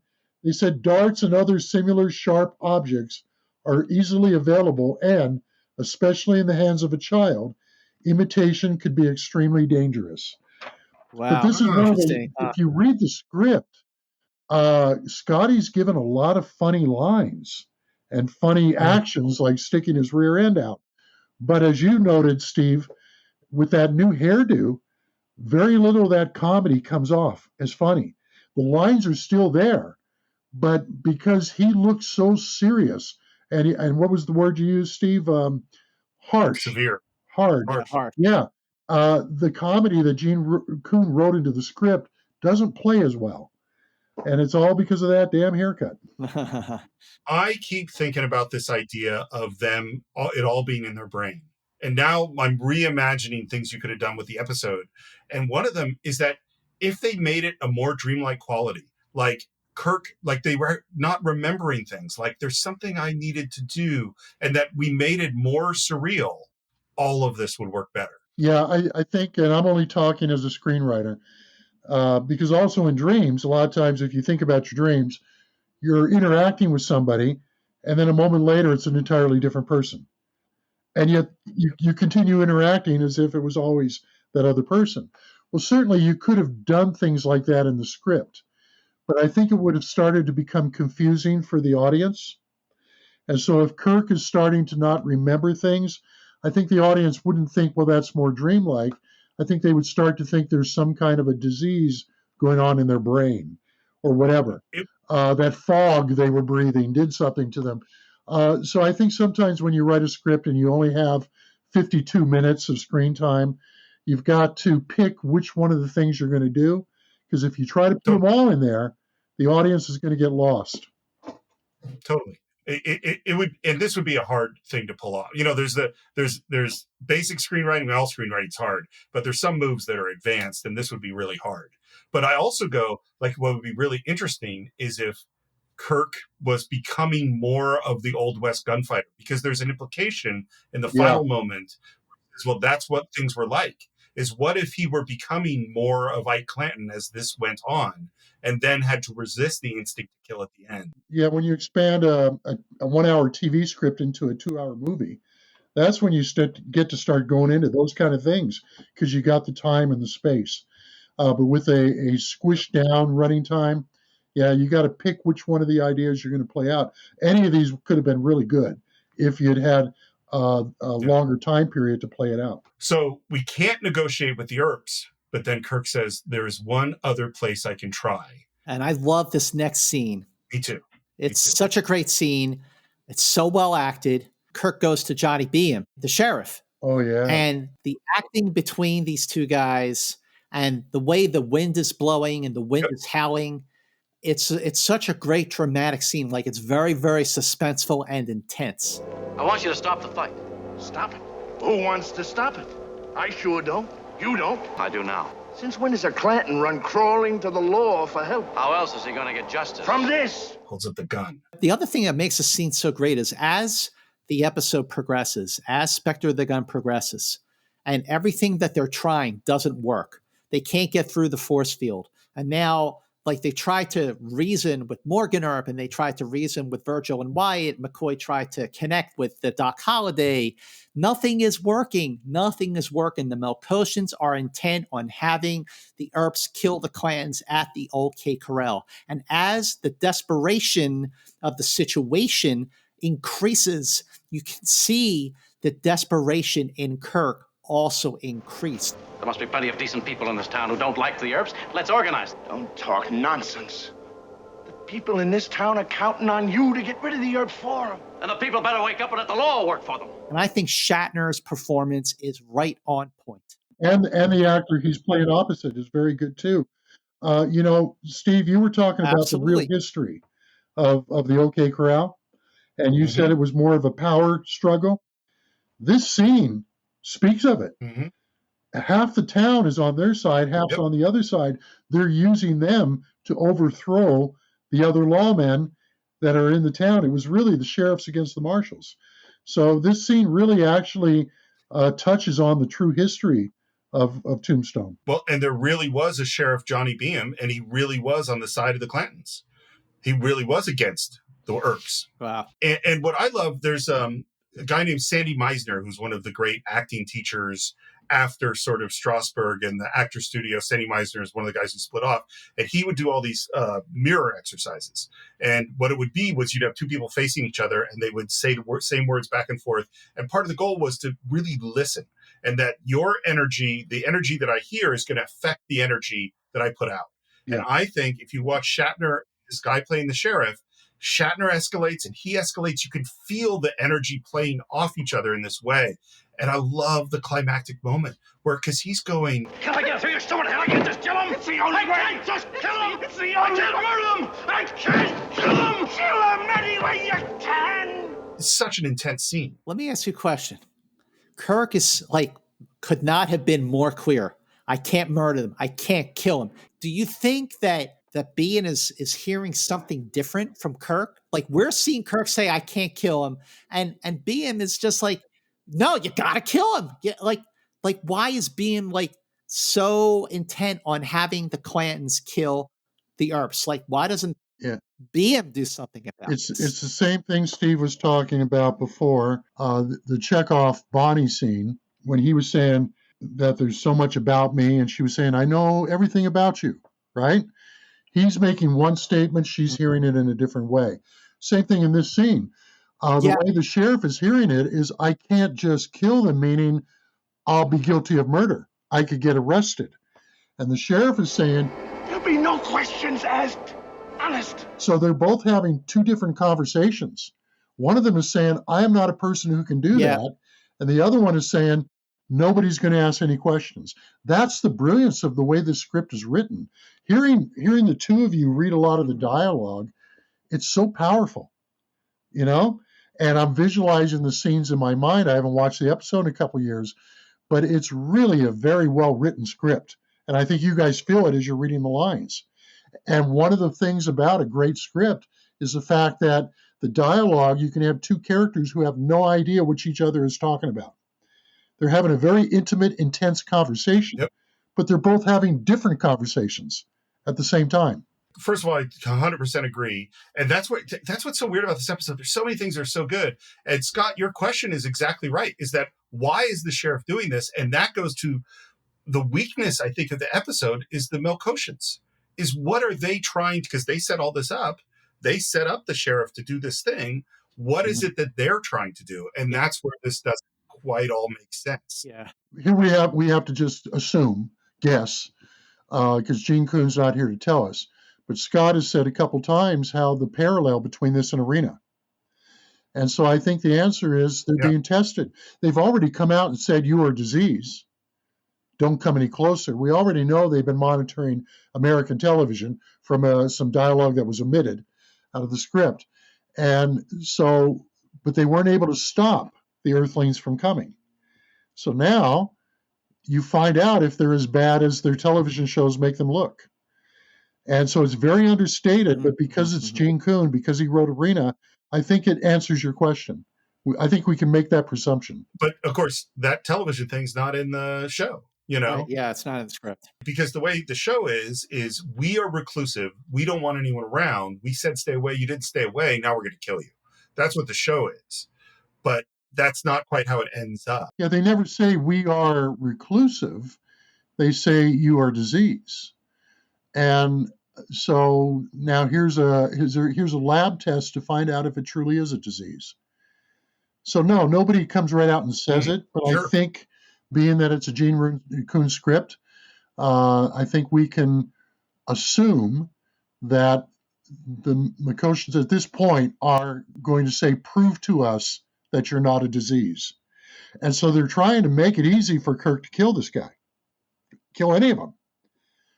So we're making it really easy for you to show us what monsters you are. If you had one more line where the Melkotian said, you are violent and barbarous, then this would have made more sense. I think. Yeah, I agree. Yeah. We're back in the saloon, and Spock and McCoy are very proud of themselves. How long will it take the tranquilizer to have effect? 3 or 4 seconds. How did you manage to test it? It has not been tested.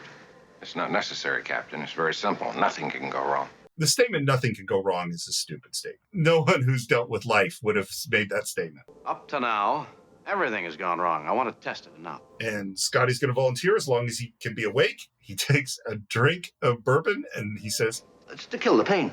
But this is painless. Well, you should have warned me sooner, Mr. Spock. Fire away. Another parallel between Spectre of the Gun and Arena. So in Arena, Kirk is on an asteroid, and he's... Right? You know where I'm going with? Where am I going with this, Steve? You take it from here. I never thought about this until you just brought it up, but Kirk is on an asteroid where he has to take primitive ingredients in order to make a weapon that's powerful enough to kill the Gorn, and that's where he invents gunpowder. And now we're on a planet where we have to use primitive ingredients that are powerful enough to take out the Earps. Never thought about it. And unlike the jury-rigged weapon in Arena, which very much works, the jury-rigged weapon, the tranquilizer, does not work in Spectre of the Gun. What's so dumb about it, by the way, is that we got this little can that we're going to pop open for the gas. Spock is standing 2 feet away from Scotty when he opens this thing up. Now, presumably, this is something we're going to throw like a grenade over to the Earps. So you can't be 2 feet away. It would knock Spock out too. And then Scotty just sitting there, taking long drags out of this thing, trying to have it go out. It's like, look, if it hasn't infected you now, this thing ain't going to work. Yeah, this ain't working. Should have worked. Did you inhale the gas, Scotty? Aye, deeply. You still feel all right? Oh, never felt better. No dizziness, no sweating, no palpitations? And I love Kirk just going, it doesn't work. Kirk is almost like throwing up his hands. But again, I'm thinking back to this idea that you had where they're not being affected, not even Kirk and Spock and McCoy, by the gas, because they're already laying down somewhere in the fog, or maybe they're still even on the Enterprise, and they're not even really there. This is all not only is this an illusion, but this is a dream. The thing, again, it goes back to this, like, not thinking that we're in the middle of illusions is they're going like, no, it had to work correctly. And it's like, McCoy, how do you know what you thought was in that bottle was in that bottle? Like, there's no, you know what I mean? There's so many unknowns in this to be so sure that this had to work. But that is what they say. Captain, you don't seem to understand. It did not function, but it must function. Nothing could go wrong, Captain. It should work. A scientific fact. But if the tranquilizer does not function, which is clearly impossible, then a radical alteration of our thought patterns must be in order. And this is the beginning of the solution. Yeah. We need a weapon. Don't have to worry about that now, Jim. Look at the clock. And it's 10 minutes to 5. And in 10 minutes, they'll have to be at the OK Corral. And he says, well, we're going to wait right here until well after 5 o'clock. We're not going to move from this spot. That's what you think, says the Melkotian. The camera pushes in, and suddenly we're at the OK Corral. And that is the end of Act 3. And boy, are we in the OK Corral. And boy, is it windy. The wind is blowing. The wind is howling. Leaves and tumbleweeds are blowing all over the place. The angry red sky is as dark as we have seen it. This is a very ominous, foreboding setting. Another great element of this episode. This is a stellar episode. One of the series' best. And they try to get out. Force field's not going anywhere. Better stand and fight. Good. If they want to fight, let's give them a fight. They're experts at gunfighting. We don't have a chance. I do think that Kirk would have been coming up with some kind of strategy at this moment. Of something that they can do. Spock, you've got something? A fact, Captain. Physical laws simply cannot be ignored. Existence cannot be without them. What do you mean, Spock? I mean, Doctor, that we are faced with a staggering contradiction. The tranquilizer you created should have been effective. I love the way, when they write Spock well, his language, I love it. I love that. I love that line. A staggering contradiction. Isn't that a great line? Never noticed that line before until this rewatch, Steve. Doctor, in your opinion, what killed Mr. Chekov? A piece of lead in his body. Wrong. His mind killed him. Well, come on, Spock. If you've got the answer, tell us. Physical reality is consistent with universal laws. Where the laws do not operate, there is no reality. All of this is unreal. Everything that you were talking about before, Steve, now the other guys get it. Like, yeah. Okay, right. Like, if we believe that this is not real, then it is not real. This line, I think, is just a really important sci-fi line, which is... We judge reality by the response of our senses. Once we are convinced of the reality of a given situation, we abide by its rules.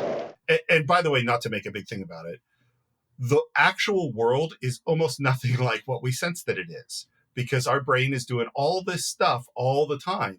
Like just the visual spectrum, we only see a tiny, tiny, tiny bit of what all the light that are around us. And we go, that's the important stuff. But it's not all of reality. There's a lot more reality. Yep. Mm-hmm. If we do not allow ourselves to believe that the bullets are real, they cannot kill us. Exactly. Before we go further, I got to ask Mark Cushman. Mark, is this how the earlier versions of the last gunfight, the teleplay, was this the original ending with this mind meld and all this, or was there a different ending to the earlier versions of Gene Coon's The Last Gunfight? I'm quite sure, based on memory, I do have the drafts in front of me, but I'm quite sure that this is all consistent to my memory, and I'm just glancing at it. It is as well. Now, this was all there, and I'm thinking as I'm listening to you guys that whoever wrote Matrix certainly watched this episode, and in particular paid attention to some of the lines of dialogue you were just reading, because they're all hooked up to things, they're all dreaming, and yet they're interacting within these dreams. I mean, so much of this stuff comes out of Star Trek, you know? Wow. Mark, I swear to God, about halfway down the page of the notes that I was just reading, I wrote the words, "The guys from the Matrix watched this episode." Yeah. I swear. And the guys in the Matrix were hooked up to a device in which they were like in this other world. And that goes exactly back to your question, Steve. Like maybe they're not even really there. Maybe they're lying down somewhere hooked up to some machine, or maybe not even hooked up to a machine. Yeah. Well, and once you fully understand and can see the Matrix, you can dodge bullets because they're not real. Mm-hmm. None of it actually exists. Wow. Oh my God. Wow. That's great. The The problem is that while Spock is sure that the bullets are not real, nobody else could be that sure. Spock, the Vulcan mind meld. Very well, sir. I think this might be my favorite Vulcan mind meld sequence, both because it's multiple people and because of the way it's intercut. And then when it's intercut with the Earps coming, it is so cool. What a great, absolutely, I completely agree. The way this next setup, so clearly they're going to have to use the Vulcan mind meld. And as the clock strikes 5, and as the Earps look at their clocks, and 2 of them get up, and as they're walking towards the OK Corral, and then like they're joined by Virgil, and then they're joined by Doc Holliday one by one. And at the same time, one by one of them go to the OK Corral. We're seeing one by one of the Enterprise crew get the Vulcan mind meld. And with the score and the cinematography and the wind blowing and the wind howling and all of this is absolutely one of the great scenes, especially in the 3rd season. Well, and I said way back in The Enemy Within that Star Trek is not afraid to be theatrical. They're not married to pure realism. And that this is the ultimate episode of that. Mm. And that the Earps, they're in step, in sync with the music. And one person is standing looking at camera as the guys come up behind them. And then he joins in step with them. But it's so like great. A musical. Yeah. And again, from me, when I was directing theater, it's like that aesthetic of just messing with reality. I think it had a big influence on me. And we're getting closer and closer, and we've gone through all of our guys with the Vulcan mind meld. I like when he's giving the mind meld to McCoy, and Spock says, "They cannot hurt you, for they do not exist." And McCoy repeats back to Spock, "They do not exist." And while McCoy is saying the words, "They do not exist," you see Spock mouth those words in unison with McCoy. Absolutely theatrical, Steve, on top of everything else in this moment. Each one they shoot slightly differently. And with Kirk, we're on the profile. Then the camera kind of moves around till we see his eye. They are lies, falsehoods, specters without body. They are to be ignored. You asked Scott about the title. That's the line right there. So after it was filmed, and they're watching the dailies, the power of that line, sometimes you don't feel it when it's in a script. But when you watch that scene and they started cutting it together, they said that's the title of the episode. The Earps show up, they come into the OK Corral, they face each other. By the way, the real gunfight outside the photography studio or whatever, they actually were 6 feet apart when they opened fire on each other, which is pretty crazy. They were pretty close. And a whole bunch of them, most of them survived, so not the best shots. Okay, one thing about the way the scene is directed. So you got our 4 guys standing there, and it's a great camera angle with Spock and then Kirk and then, McCoy and Scotty. And the cinematography, the way the shot is lit. And you got, the Earps and Doc Holliday, and you hear, and they have to be provoked. So Kirk just slaps his hand on his gun, and it's like, fire away. And as they're firing, you see our landing party, you see Kirk, Spock, McCoy, and Scotty just standing there. They're standing in front of a fence, and the bullets are coming through the fence, like all over the place. And our guys are not being affected at all.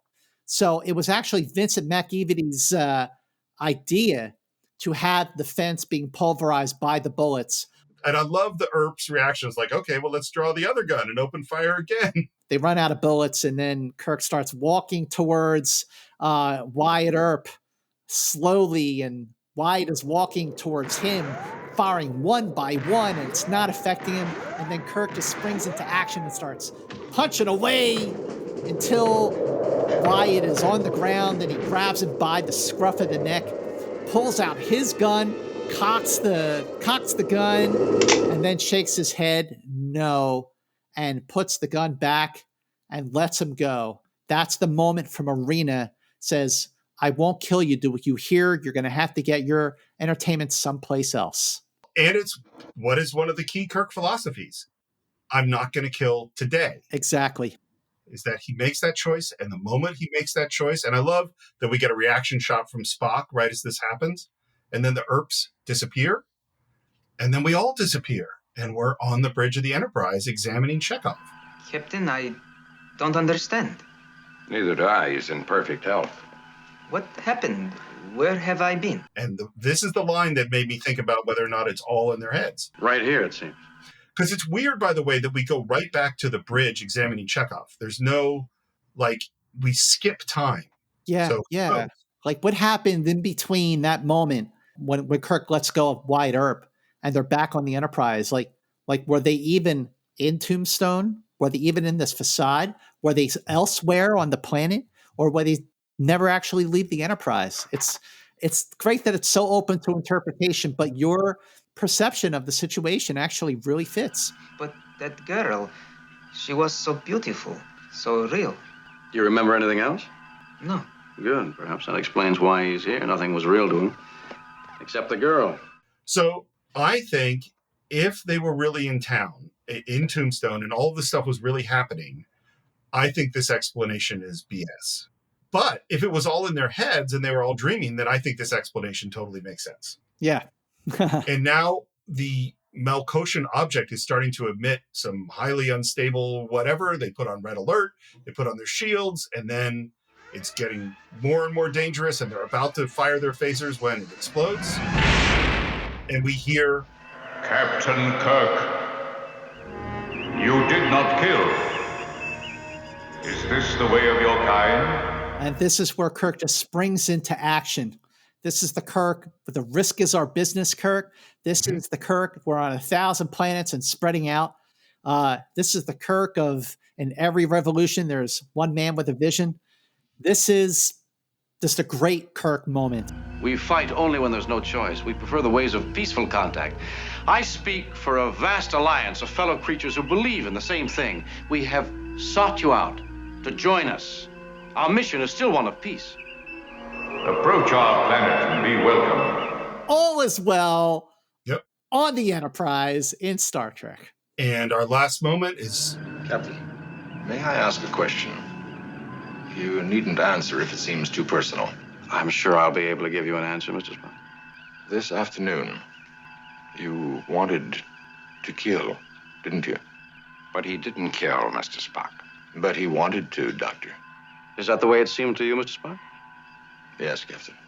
Mr. Spock, you're absolutely right. That's exactly the way it was. Mankind, ready to kill. That's the way it was in 1881. I wonder how humanity managed to survive. Kirk's response is great. He says, we overcame our instinct for violence. And he just shoots McCoy a look. McCoy just nods, winks at him. And then Spock just raises the eyebrow, walks off. Kirk slowly looks towards the view screen. And there we come to the end of Spectre the Gun with one of the better Coonisms, and definitely the end of one of the very finest episodes of the third season, if not Star Trek as a whole. Scott, did people have things to say about this episode after it was done? Yes, they sure did. Robert H. Justman said, I felt very strongly for that episode, and I thought it was one of the best of the third season, maybe the best one. Walter Koenig said, I'd say Spectre the Gun was my favorite episode in which I actually participated because I did go to the planet. I got to wear a holster and had guns and got killed and got the girl and all that good stuff. James Doohan said, kind of fun and well done too. It's the only time Scotty does a mind meld with Spock, and I tried to have Scotty look extremely creeped out by the thing. Mm-hmm. And then Vincent McEveety said on his last episode, which was not his choice for this to be his last episode, he said, it's interesting that what little fan mail I get in my life actually pertains to that show. People love it, which I can't believe because I don't. And I got all those quotes from These Are the Voyages, Season 3, written by our special guest, Mark Cushman. Mark, I'm just curious, you wrote the books on Star Trek. I mean, these Are the Voyages books are fantastic. After this deep dive conversation, I'm wondering, did you have any epiphanies that made you reconsider what you thought of Spectre the Gun? Yeah. Because before I wrote the books, I had no idea that it was Bob Justman's idea to do the set design the way they did it, and it was a result of budget concerns. I had no idea that Gene Coon wrote the script. It was just a name on the screen that said Lee Cronin. And even though you can find so much of this stuff now on Wikipedia and Memory Alpha, when I was writing these books, there wasn't a lot there. And a lot of what was there was wrong. I had to go in and bring all this stuff out of the show files and so forth. So now it's more generally known, but it was fun for me. I was turning down a lot of good paying script jobs and directing jobs to do this because I had always wondered about so many of these episodes, and I couldn't find the information I wanted to find. And so that's when Roddenberry gave me permission to dive into the files, I wasn't going to say no. I knew it was going to take years. I want to share something with you guys right now, because we've been talking about this throughout the episode, throughout your podcast, is about them going directly back to the ship from the OK Corral. And I had said earlier in the show that they went back to the fog. And I saw Scott looking at me kind of funny when I said that, like you thought I was remembering wrong. You know why I said that? That's what's in the script. Why was that? Yeah, I did. You noticed that, Mark. I'm very impressed. Yes, because at the end of the episode, you don't see them back in the fog. In my mind, I saw them going back because I haven't just watched the episodes. I've read all the scripts, the outlines, the various drafts of the scripts, the memos. And I thought, wait a minute, that scene when Steve and you were just reading it and saying they go from the OK Corral back to the ship, and I thought, no, they went back into the fog. They go back into the fog. That was cut out. They go back into the fog, and it's right here from the OK Corral. It goes back to scene 118, exterior limbo, as before in scene 14, fog, strange shapes, eeriness, and our people are there, including a dazed and surprised Chekov. Kirk glances at him, pleased. Kirk says, welcome back, Mr. Chekov. Chekov says, but where have I been? The figure of the Melkot begins to form against the mist, faint and hard and distinguished, but this time not expressionless. He looks puzzled. And the Melkot says, explain. And Kirk says, glad to. What would you like explained? And it pretty much goes into a lot of this dialogue. The Melkot says, to you, the bullets were unreal. To the players we put against you, there's an answer to what you asked, Steve. These are players they put against them. There's your answer right there. To the players we put against you, the bullets are real and would kill, but you did not kill them. And Kirk says, we don't believe in killing. The Melkot says, they would have killed you. Kirk says, we didn't have to kill them. Therefore, we did not. The Melkot said, is this the way of your kind? Kirk goes into a speech. And then the Melkot says, we will consider it. It is being considered. And the Melkot vanishes. From there, they go back to the bridge. And then the Melkot appears at the end and says, you're welcome to come in. So when he said it is being considered, he was already in communication telepathically with the other Melkots. So there's the bookend right there, which answers a lot of questions. So that at least tells us their intent. The only way we have to know this is by reading the scripts and so forth. So we know what the intent was. They were standing in the fog all that time and exactly in the same positions they were standing before. But in their minds, they were up against the players who were being put against them to test them and see if they would kill. There you go, Steve. What do you think of that? It is so interesting. First of all, I would have loved it if they went back to the fog rather than coming back to the bridge examining Chekov. Yeah. I think that would have been much stronger. Also, what I think is so interesting, and this is just, people who have worked on projects like this can tell you that one line being added or cut can change the whole meaning of the whole show. Yeah. And that framing is just slightly different. Like if we'd had the TV thing at the beginning, talking about them as players, ending up in the fog, all those things would have changed this show just a bit. And I'll just give my final thoughts here. this is particularly an episode where I absolutely love what I love. I love the designs. I love the dialogue. I love like moments with Kirk and the sheriff. I think Chekov is great in this episode. I love some of the Spock moments. And it's only if I think about it and go, wait, well, what's going on? And what are the Melkotians trying to do, that it starts to fray? Or why doesn't Spock, who said, telepathy, that's a dangerous opponent, why is he not thinking about that through the vast majority of the episode?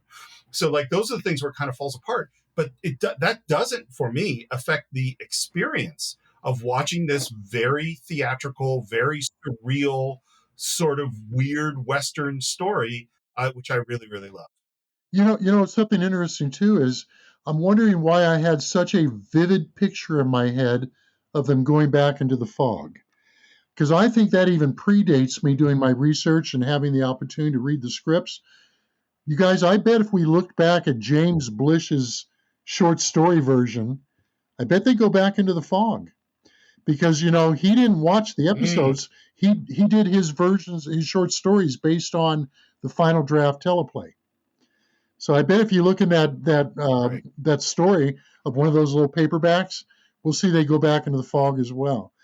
So, okay, so it's not in the episode, but at least we know the intent of the writer. That version, The Last Gunfight, was the name of the episode in the James Blish novel. Like it wasn't called Spectre of the Gun in the James Blish version. It was called The Last Gunfight. So this, to me, is what makes this reassessment of Spectre of the Gun so much better.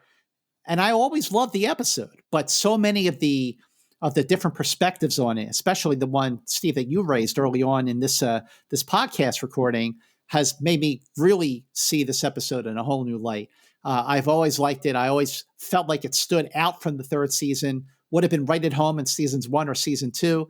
It's a great Gene Coon script, and the performances are great. The set design is great. The cinematography is great. The intensity, the direction, especially of that whole last act, is so fantastic. Spectre of the Gun is a damn fine episode.